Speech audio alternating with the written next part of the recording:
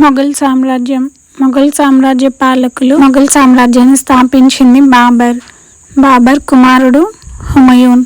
హుమయూన్ను ఓడించి పేర్షా అధికారంలోనికి వచ్చెను. 1555లో హుమయూన్ తన రాజ్యాన్ని తిరిగి పొందెను. 1556లో హుమయూన్ కుమారుడు అక్బర్ రాజు అయ్యెను. అక్బర్ కుమారుడు జహంగీర్. జహంగీర్ కుమారుడు షాజహాన్. షాజహాన్ కుమారుడు ఔరంగజేబ్. మొఘలుల రాజకీయ పరిపాలన. వీరిది రాచరిక పాలన. వీరు రాజ్యాన్ని సుబాలు, సర్కారులు, పరగణాలుగా విభజించారు. సాంఘిక వ్యవస్థ. వీరు మున్సబ్దారు వ్యవస్థను ప్రవేశపెట్టారు. వీరి ఆర్థిక వ్యవస్థ ఏకరూప ద్రవ్యం రూపాయి అనే వెండి నాణెంను, దామ్ అనే రాగి నాణెంను ఉపయోగించేవారు. జబ్త్ అనగా నూతన రెవెన్యూ వ్యవస్థ. కళలు మరియు వాస్తుశిల్పం. ఎర్రకోట ఢిల్లీ.